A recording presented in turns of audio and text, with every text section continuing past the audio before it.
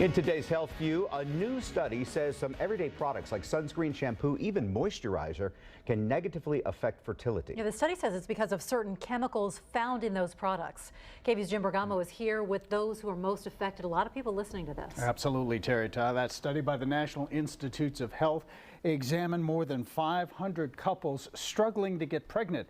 Researchers found fertility in men was far more negatively affected by these chemicals than in women. The sun's rays. After a cold and wet winter, the sun feels so good. But couples struggling to get pregnant may want to limit their time in the sun so they can reduce the amount of sunscreen they use.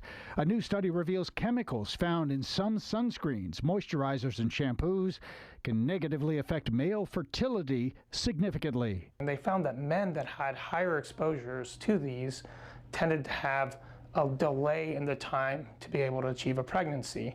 Interestingly, that was not the case in women. The culprits are the 29 chemicals that are the benzophenone ultraviolet filters.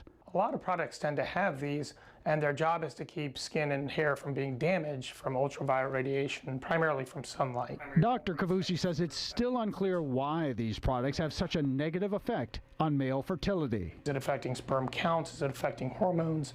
What's happening that's actually impacting that time to pregnancy in these couples? Even though this is the first major study of its kind, Cavusi says there's no ignoring the data. When we see an effect like this, even in an initial primary study that's done, it has to make us raise an eyebrow. You want to go see some diggers? Sarah Ann Rackle of Austin already has an adorable 2-year-old, but she and her husband are trying for a second child. The study makes her raise an eyebrow as well. Men's health is just as important in fertility as women's health. I think that the surprise in it is that we haven't been studying men's fertility and the effects of some of these chemicals.